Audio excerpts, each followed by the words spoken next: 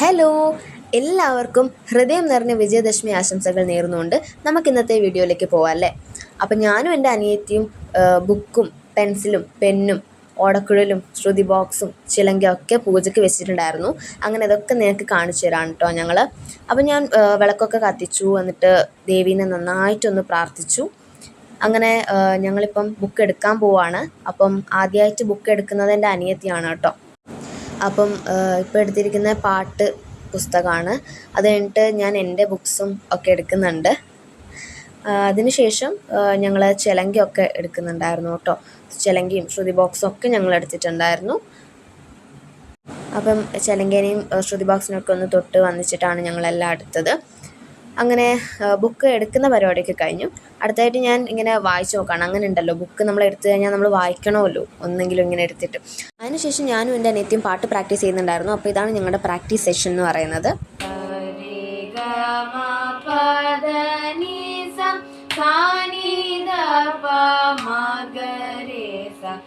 അങ്ങനെ അതൊക്കെ കഴിഞ്ഞ് ഞങ്ങൾ പാട്ട് ക്ലാസ്സിലോട്ട് പോകുന്ന വഴിയാണ്. ഇന്ന് പാട്ട് ക്ലാസ്സിലേക്ക് എന്താ പറയുക, വിജയദശമി ആയതുകൊണ്ട് തന്നെ പാട്ട് ടീച്ചർ കുറേ സ്റ്റുഡൻസിനെ, ഇപ്പോൾ പുതിയ സ്റ്റുഡൻസൊക്കെ വരുന്നുണ്ടല്ലോ, അപ്പം ആ സ്റ്റുഡൻസും പഴയ സ്റ്റുഡൻസൊക്കെ ആയിട്ട് ചെറിയൊരു പ്രാക്ടീസ് സെഷൻ വെക്കുന്നുണ്ടായിരുന്നു. അപ്പം ഞങ്ങൾ പാട്ട് ക്ലാസ്സിലേക്ക് പോവാണ്. അങ്ങനെ പാട്ട് ക്ലാസ്സിലെത്തിയിട്ട് ഞങ്ങൾ ടീച്ചർക്ക്, ഇതാണ് ഞങ്ങൾ ടീച്ചർ കേട്ടോ, അപ്പോൾ ടീച്ചർക്ക് ഗുരുദക്ഷിണ ഞങ്ങൾ കൊടുക്കുവാണ്.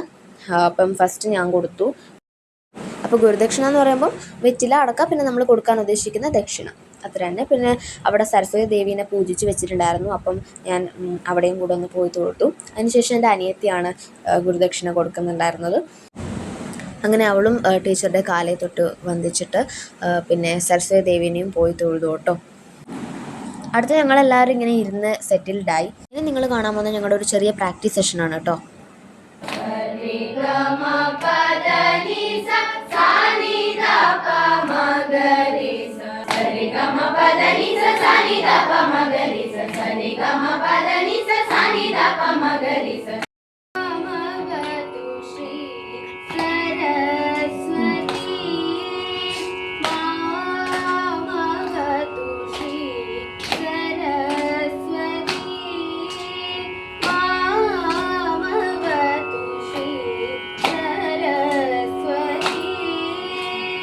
അങ്ങനെ പ്രാക്ടീസ് സെഷനൊക്കെ കഴിഞ്ഞു. അപ്പോൾ ഇതാണ് സരസ്വതി ദേവീനെ പൂജിച്ച് വെച്ച സ്ഥലവും ദക്ഷിണ കൊടുത്ത സ്ഥലമൊക്കെ. ഞാൻ ജസ്റ്റ് വീഡിയോ എടുത്തുവെന്നേ ഉള്ളൂ.